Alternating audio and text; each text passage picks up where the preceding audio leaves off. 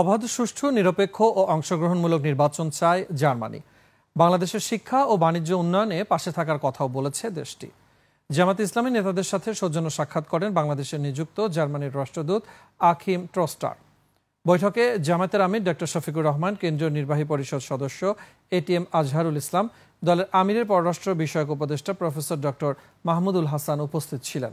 পরে কেন্দ্রীয় প্রচার ও মিডিয়া বিভাগের সেক্রেটারি অ্যাডভোকেট মতিউর রহমান আকন্দ জানান, জার্মান রাষ্ট্রদূতের সাথে দেশের সমসাময়িক বিষয় নিয়ে আলোচনা হয়েছে।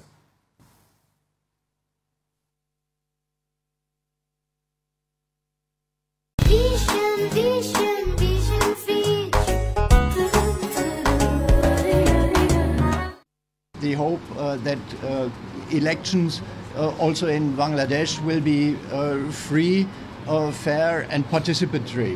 5টি পয়েন্টে বাংলাদেশ জামাত ইসলামী কাজ করে যাচ্ছে মর্মে তিনি উল্লেখ করেন যে বাংলাদেশে গণতন্ত্রকে অর্থবহ এবং ফেয়ার ডেমোক্রেসির মাধ্যমে বাংলাদেশে স্থিতিশীলতা আনয়নের লক্ষ্যে জামাত অগ্রাধিকার দিয়ে কাজ করছে।